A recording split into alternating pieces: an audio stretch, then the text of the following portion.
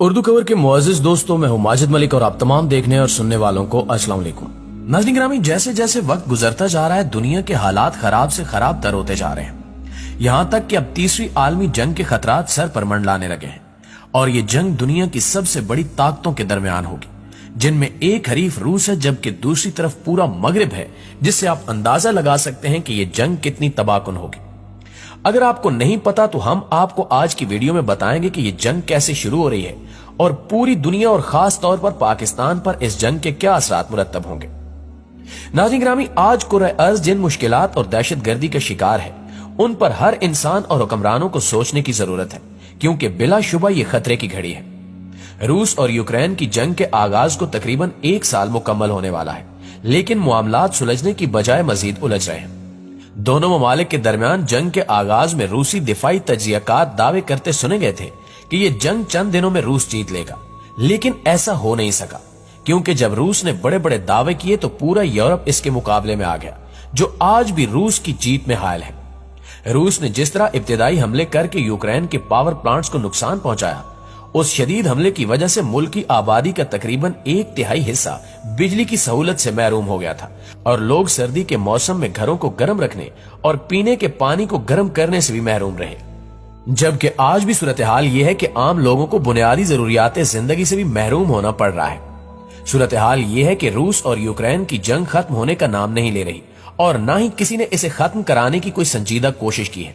बल्कि NATO, America, बरतानिया, France, Germany और दीगर ममालिक ने यूक्रेन को असला देकर रूस के मुकाबले में खड़ा कर दिया है।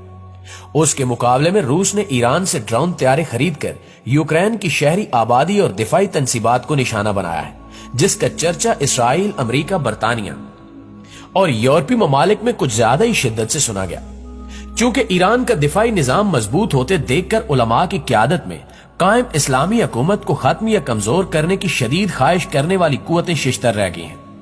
अब भी कुछ लोग कहते हैं कि तीसरी आलमी जंग शुरू नहीं हुई, लेकिन इन हालात को मद्देनजर रखते हुए ये लग रहा है कि तीसरी आलमी जंग का आगाज हो चुका है, जिसमें नेटो और यूरोपीय ममालिक ने जदीद असलहा,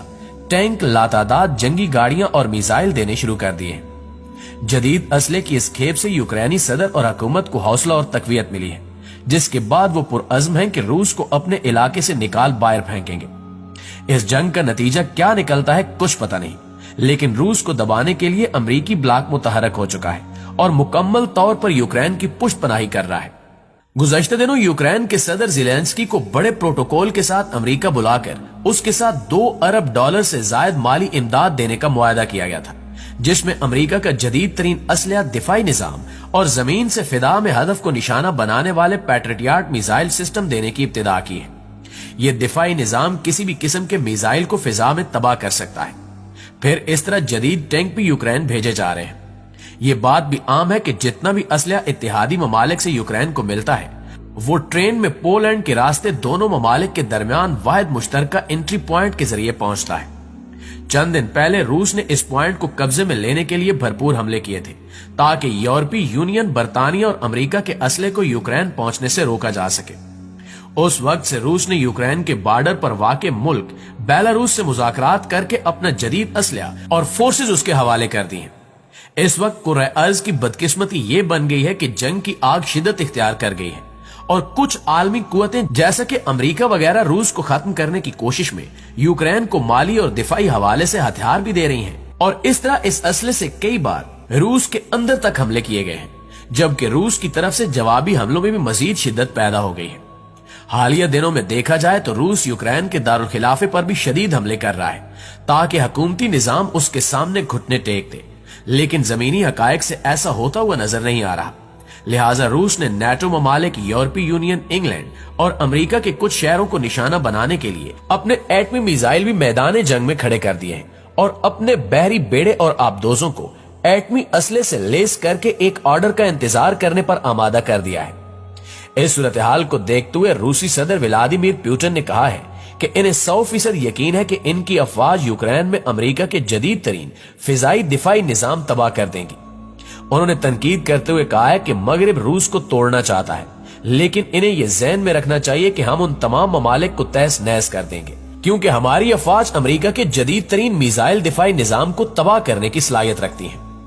इनका ये बयान एक ऐसे वक्त में सामने आया है जब अभी चंद रोज पहले ही अमेरिकी सदर जो बाइडेन ने पैट्रियाट दिफाई मिसाइल निजाम यूक्रेन भेजा है, जिसका हवाला हम ऊपर दे चुके हैं। इसके अलावा रूसी सदर ने यूरोपीय ममालिक को भी शदीद तनकीद का निशाना बनाया है। इनका कहना था कि मगरिब की कोशिश है कि रूस बल्कि तारीखी रूस को मुतअद्दिद हिस्सों में तकसीम कर दिया जाए। अमेरिका हमें जंग की धमकियां देना बंद कर दे और अगर ऐसी बात है तो हम तैयार हैं। यह बयान इसलिए जारी किया गया क्योंकि इतलात के मुताबिक अमेरिका और इत्तेहादियों ने रूस को सख्त सबक सिखाने का फैसला कर लिया है। शायद यही वजह है कि अमेरिका ने रूस को धमकी दी है कि रूस यूक्रेन की सरहद पर किसी भी हरकत से बाज रहे या फिर जंग के लिए तैयार रहे। दूसरी जानिब रूस ने अमेरिका की इस धमकी का जवाब देते हुए कहा है कि अगर अमेरिका को जंग करने का बहुत ही शौक है तो हम तैयार हैं। दूसरी तरफ ये भी इतलात है कि अमेरिका और दीगर नेटो इत्तेहादी इस वक्त रूस के खिलाफ मुश्तरका हिकमत अमली अपनाने में मसरूफ है। प्यारे दोस्तों, वक्त की नजाकत को देखते हुए आलमी माहिरीन ये कहते हैं कि अगर रूस और यूक्रेन के दरमियान एटमी जंग होती है तो 10 करोड़ अफराद कुछ ही लम्हों में मौत के मुंह में चले जाएंगे और खुदा न खास्ता अगर ये जंग तवील होती है, इससे 2 अरब इंसानों की जिंदगियां खत्म हो सकती हैं और इसके बाद फिर जमीन पर जख्मी, बीमार, अपाहज और बेबस इंसान दुख सहने के लिए बाकी रह जाएंगे।